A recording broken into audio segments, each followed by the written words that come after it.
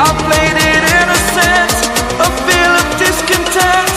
I'm finally facing it all, fearless.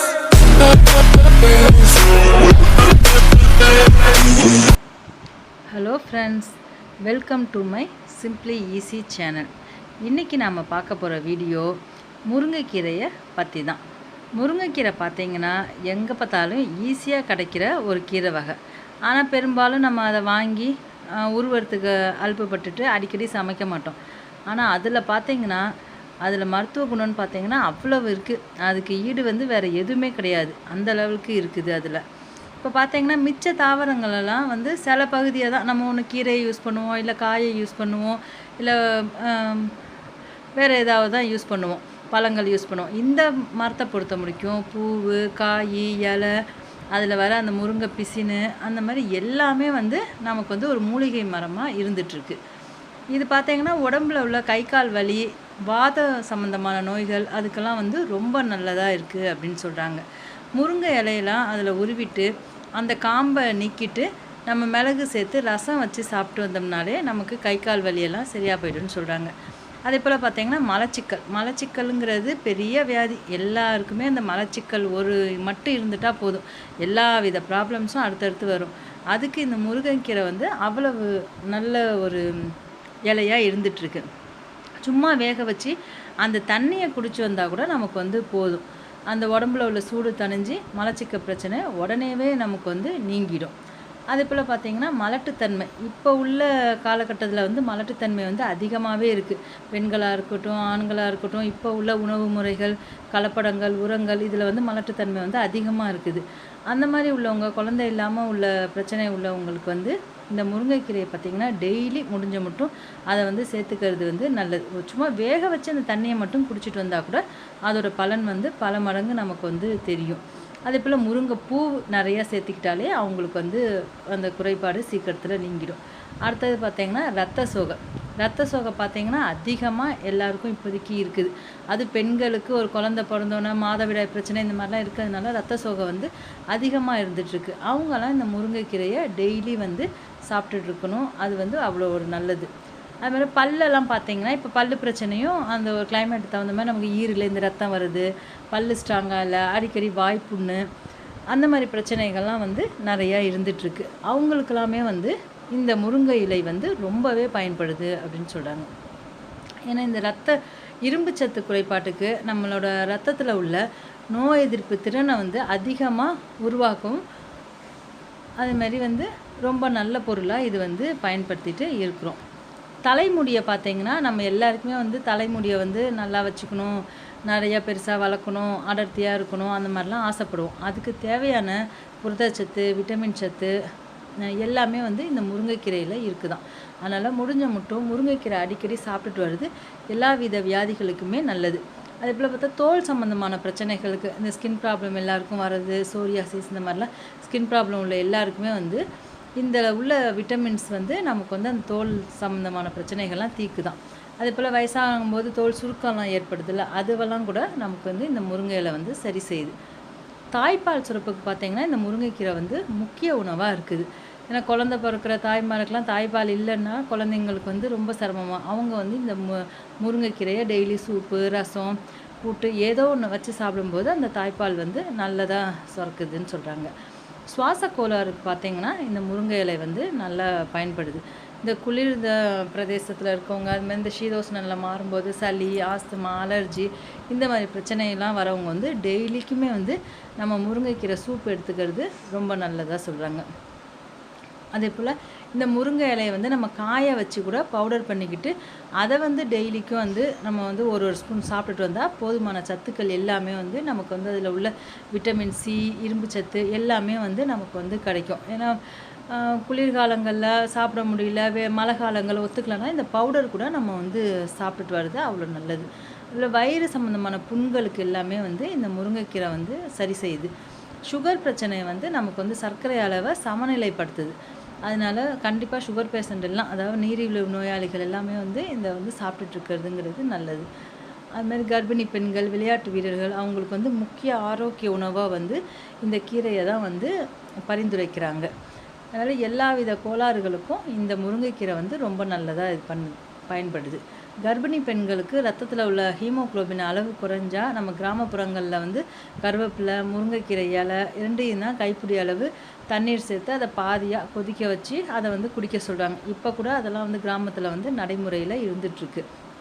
அதே பார்த்தீங்கன்னா ரத்த கொதிப்பு, அதாவது உயர் ரத்த அழுத்தம், ஹை பிபி சொல்கிறாங்களா, அந்த ரத்த அழுத்தத்தை நமக்கு சரி செய்கிறது வந்து இந்த முருங்கைக்கீரை.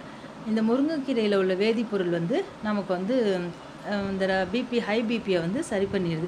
அதனால் டெய்லிக்குமே பூண்டு, சின்ன வெங்காயம் இந்த மாதிரி சேர்த்து ஒரு சூப்பு மாதிரி அந்த இலையை மட்டும் கொதிக்க வச்சு, இலையை வந்து வயசானவங்க மென்று சாப்பிட முடியலன்னா கூட சூப்பு மாதிரி வச்சு குடித்தா ஹார்ட் பேஷண்ட்டுக்கெல்லாமே ரொம்ப நல்லது அப்படின்னு சொல்கிறாங்க. அதனால் இந்த ஹார்ட்டு ப்ராப்ளம் உள்ளவங்க, உயர் ரத்த அழுத்தம் உள்ளவங்க, நீரிழிவு நோய் உள்ளவங்க எல்லாருமே வந்து இந்த முருங்கைக்கீரையை வந்து சாப்பிட்றது அவ்வளோ நல்லது. முருங்கைக்கீரையாக சாப்பிட முடியாட்டி கூட முருங்கை இலை அதை பவுடர் பண்ணி வச்சுட்டு டெய்லி ஒரு 7 கிராம் அளவு ஏதோ விதத்தில் நம்ம அதை வந்து சேர்த்துட்டு வருதுங்கிறது உடம்புக்கு வந்து ரொம்ப நல்லது. அதை நல்லா வந்து நிழல்லே உலர்த்தி, நம்ம நார்மலாக கீரை உருவோம்ல, அதே போல் இப்போ சம்டைம்ஸ் மரமெல்லாம் வெட்டி தூக்கி போகிறோம்னா இருந்தால் கூட தூக்கி போடாமல் அந்த இலையெல்லாம் எடுத்து அப்படியே வச்சு நல்ல நிழல்லே காய வச்சு அதை வந்து நல்லா பவுடர் பண்ணி வச்சுக்கலாம். வச்சுக்கிட்டால் அதில் வந்து போதுமான அளவு நம்ம இரும்பு சத்து, கால்சியம் சத்து, விட்டமின் ஏ, அதுபோல் எல்லா சத்துக்களுமே அதில் இருக்குது. கேரட்டில் வந்து பீட்டா கரோடின் வந்து அதிகம் இருக்குதுன்னு சொல்கிறாங்க. அந்த பீட்டா கரோடின் வந்து நம்ம உடலுக்கு வந்து விட்டமின் ஏ சத்து வந்து கிடைக்கிது. அந்த சத்து வந்து இந்த முருங்கைக்கீரையில் பார்த்திங்கன்னா முக்கிய சத்தாக வந்து இருக்குது. விட்டமின் சி, சுண்ணாம்பு சத்து, பீட்டா கரோடின் இது வந்து ரொம்ப முக்கியமாக இந்த முருங்கைக்கீரையில் வந்து இருக்குது. அதனால் சின்ன குழந்தைங்களுக்கு, இந்த கண் குறைபாடு, பார்வை இழக்கிற நிலைமையில் உள்ளவங்களுக்கு கூட இந்த முருங்கைக்கீரை சேர்த்துட்டு வந்தால் சரியாயிடுது அப்படின்னு சொல்கிறாங்க.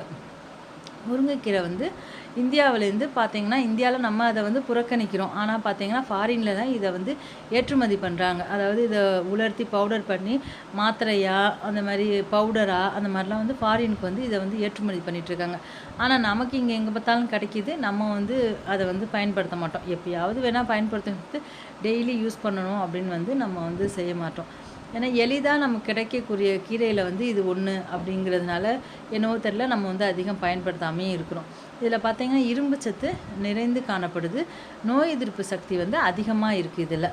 அதுமாரி எல்லா வித மருத்துவ குணங்கள் நிரம்பி உள்ள முருங்கைக்கீரையை வேக வச்சு அதை சாரை மட்டும் பருகி வந்தால் கூட நமக்கு வந்து ரொம்ப பயனுள்ளதாக இருக்குது. அதுபோல் இதில் பார்த்திங்கன்னா எதிர்ப்பு சக்தி நமக்கு உடம்புக்கு தரக்கூடியதில் முருங்கைக்கீரை தான் முதலிடம் வகிக்குதான். அதனால் 10 ரூபாய்க்கு முருங்கைக்கீரை அல்லது முருங்கைக்காய் வாரம் ஒரு 3 முறை உட்கொண்டாலே போதுமா, நம்மளோட நோய் எதிர்ப்பு திறன் வந்து பல மடங்கு வந்து உயர்ந்துடும். கிராமத்துலலாம் நம்ம காசு கொடுத்து கூட வாங்க வேண்டியதுன்னு அவசியம் இல்லை. நமக்கு வந்து ஈஸியாகவே வீட்டுக்கு வீடு இருக்கும், வந்து பறிச்சுப்போம். ஒரு தெருவுக்கு ஒரு 2 முருங்கை மரம் இருந்தாலே போதுமா, அந்த தெருவுக்கே போதுமான அளவுக்கு காய்கள், கீரையெல்லாம் கிடச்சிடுமா. அதுபோல் பார்த்திங்கன்னா ஆரஞ்சு பழத்தில் உள்ளதோட இதில் வந்து 7 மடங்கு விட்டமின் சி சத்து வந்து அதிகமாக இதில் முருங்கைக்கீரையில் வந்து இருக்குதுன்னு சொல்கிறாங்க. விட்டமின் ஏ வந்து, அதாவது கேரட்டில் உள்ள அந்த பீட்டா கரோடின் எல்லாம் சொன்னோன்னா அது வந்து 4 மடங்கு, அதாவது கேரட்டில் உள்ளதோட 4 மடங்கு இந்த முருங்கைக்கீரையில் தான் இருக்குதான். இந்த முருங்கைக்கீரையில் உள்ள B2ன்னு ஒரு விட்டமின் சத்து வந்து வாழைப்பழத்தில் உள்ளதோட 50 மடங்கு அதிகமாக இருக்குதான். அதுபோல் கால்சியம் சத்து பார்த்திங்கன்னா பாலில் இருக்கிறதோட 4 மடங்கு வந்து இதில் வந்து அதிகமாக இருக்குது. முருங்கைக்கீரையில் உள்ள புரோட்டீன், அதாவது புரதச்சத்து வந்து பால் சத்தில் உள்ளதோட 2 மடங்கு வந்து இதில் அதிகமாக இருக்குது. அதுபோல் முருங்கைக்கீரையில் வந்து மெக்னீஷியம் சத்து வந்து முட்டையில் உள்ளதை விட இதில் பார்த்திங்கன்னா நமக்கு 36 மடங்கு வந்து அதிகமாக இருக்குது. ஏன்னா முட்டை டெய்லி ஒன்று சாப்பிட்டா தான் நல்லது அப்படிங்கிறோம். வெஜிடேரியன்காரங்களாம் என்ன பண்ணுவாங்க, டெய்லி ஒரு முருங்கைக்கீரையை சாப்பிட்டாலே போதும். ஒரு கொத்து பறித்து நம்ம ஏதோ ஒரு என்ன சமைக்கிறோமோ அதில் கூட கருவேப்பிலை மாதிரி முருங்கைக்கீரை ஒரு கொத்து உருவி போட்டால் கூட நமக்கு வந்து முடிஞ்சு போச்சு, போதுமான சத்துக்கள் வந்து நமக்கு வந்து கிடச்சிடும். அதனால் முருங்கைக்கீரையில் உள்ள இரும்பு சத்து பார்த்திங்கன்னா மிச்ச கீரை எல்லாத்தையும் இருக்கிறத விட தோராயமாக இதில் வந்து 25 மடங்கு வந்து நமக்கு வந்து அதிகமாக கிடைக்குதான். நம்ம இப்போ உள்ள அயன் பற்றாக்குறையில் நம்ம அயன் மாத்திரை, அயன் சிரப்பு அது இதுன்னு குடிச்சிட்ருப்போம். அதுக்கு டெய்லி ஒரு கைப்பிடி இந்த முருங்கைக்கீரையை ஒன்று சூப்பு, பொரியல், ஏதோ ஒன்று ரசம், ஏதோ ஒன்று வந்து நம்ம செஞ்சு சாப்பிட்டுட்டு இருந்தாலே நமக்கு வந்து போதுமானதாக இருக்கும். அதுபோல் அந்த காலத்தில் சொல்லுவாங்க, முருங்கையை உண்ட கிழவன் கூட கைத்தடியின்றி நெஞ்சை நிமிர்த்தி வெறும் கையோடு தான் நடப்பான் அப்படின்னு சொல்லுவாங்க. அதாவது முருங்கையை நட்டவன் வந்து வெறும் கையோடு தான் போவான் அப்படின்னு ஒரு பழமொழி சொல்லுவாங்க. அதாவது அவன் இளமையுடன் இருப்பானா, வெறுங்கையோடு போவானா ஒன்றும் இல்லாமல் போவான்றது அர்த்தம் கிடையாது. முருங்கையை நட்டு அதை டெய்லி சாப்பிட்டுட்டு இருக்கவன் வந்து என்றைக்குமே இளமையோட ஒரு கோலூன்றி போகணுன்னு அந்த வயசான காலத்தில் ஒரு குச்சி வச்சுட்டு போகணும் அப்படின்ற அவசியம் இல்லை. நெஞ்சை நிமித்தி வெறுங்கையோடு அவன் வந்து நல்லா ஸ்ட்ராங் ஆகிடுவான் அப்படிங்கிறது தான் அந்த பழமொழியோட மீனிங் வந்து. அதனால் முடிஞ்ச மட்டும் முருங்கைக்கீரையை வந்து கடைஞ்சோ குழம்பு வச்சோ சூப்பு செய்தோ சுண்டியோ பொரியல் செஞ்சோ சப்பாத்தி கேழ்வரகு அடை, அது இல்லாமல் நம்ம முருங்கைக்கீரை இந்த நார்மல் சாதத்துக்கு செய்கிற பருப்பு பொடி அதில் கொஞ்சம் முருங்கைக்கீரையை சேர்த்து கருவேப்பிலை பொடியெல்லாம் செய்கிறோம்ல, அதே போல் முருங்கைக்கீரையை சேர்த்து பவுடர் பண்ணி அதில் சேர்த்துக்கலாம். முருங்கைக்கீரை பொடியாக செஞ்சுக்கலாம். உங்களுக்கு பச்சி பக்கோடா அந்த மாதிரிலாம் போகிறீங்கன்னா அதில் கலந்துக்கலாம். வடை சுடுறீங்கன்னா அதில் கலந்துக்கலாம். அந்த மாதிரி ஏதோ ஒரு வகையில் அந்த கீரையை வந்து டெய்லிக்கும் சாப்பிட்டுட்டு இருக்கலாம்.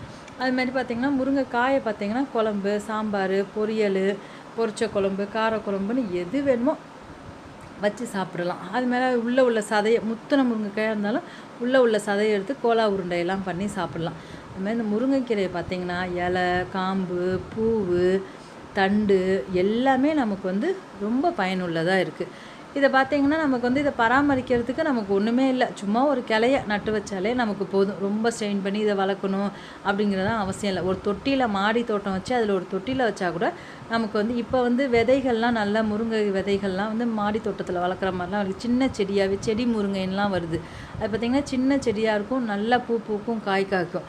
இந்த பூவை மட்டுமே தனியாக பொரியல் செஞ்சு சாப்பிட்லாம். அந்த பூவை வந்து பாலில் காய்ச்சி குடிக்கலாம். அந்த மாதிரிலாம் நல்ல பெனிஃபிட்ஸ் வந்து இந்த முருங்கை மரத்தில் இருக்குது. அதனால் அவசியம் டெய்லி இதை வந்து எல்லோரும் சாப்பிட்டு பயன்பெறுங்க. இந்த வீடியோ உங்களுக்கு பிடிச்சிருந்தா மறக்காமல் சேனலை வந்து சப்ஸ்கிரைப் பண்ணிவிடுங்க. பக்கத்தில் உள்ள பெல் ஐக்கானை ப்ரெஸ் பண்ணிவிடுங்க.